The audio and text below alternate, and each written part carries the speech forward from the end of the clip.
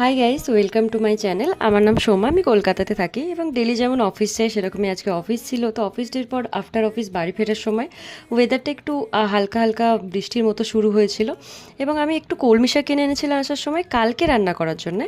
But আজকে বৃষ্টির ওয়েদারে আমার একটু পকোড়া খেতে ইচ্ছা করছিল, তো রুমে সেরকম কিছু ছিল না যেহেতু আমি একাই থাকি।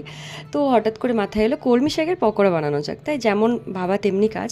তো আমি যে স্টার্ট করি, কলমি শাকটা ভালো করে প্রথমে ধুয়ে কেটে নিই, তারপর এখানে পেঁয়াজটা আমি কেটে নিই। তো আমার এই যে চপারটা আছে এটার জন্য অনেক তাড়াতাড়ি হয়ে যায় এবং তারপর আমি একটাই কাঁচা লঙ্কা দিলাম, বিকজ আমি খুব একটা বেশি ঝাল খাই না। তো এগুলো এখানে দিয়ে ভালো করে তারপর বেসন দিয়ে এটাকে মিক্সড করতে হবে। তো আমি সেটার জন্য বেসনটা নিয়ে নিলাম এবং কলমি শাকের ওপর দিলাম। তো এরপর দিলাম একটু হলুদ গুঁড়ো এবং তারপর নুন দিলাম এবং এতে একটু আমি গুঁড়ো লঙ্কাও অ্যাড করেছিলাম, ওটা ক্লিপটা নেওয়া হয়নি। তো এটাকে ভালোভাবে এইভাবে আমি মাখিয়ে নিচ্ছিলাম হাতে করে। তো যতটা ভালোভাবে মাখানো যায় ওটার জন্য বেটার হয়। তো এরপর গ্যাসটা জ্বালিয়ে কড়াইতে তেল দিয়ে দিলাম, দেখুন।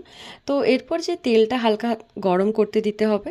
তো আমি ওটার জন্য ওয়েট করছিলাম যে তেলটা একটুখানি হালকা গরম হলেই জাস্ট আমি ছেড়ে দেবো। জাস্ট আমি আর ওয়েট করতে পারছিলাম যে বাইরে দারুণ সুন্দর একটা বৃষ্টি হচ্ছিল, খুবই জোরে।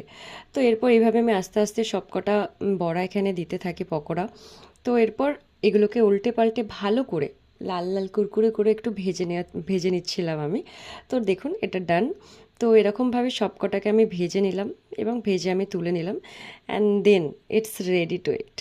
তো তারপর টেস্ট করলাম, ইটস গুড, লাইক এটা And ভালো thanks for হয়েছিল। watching. আমি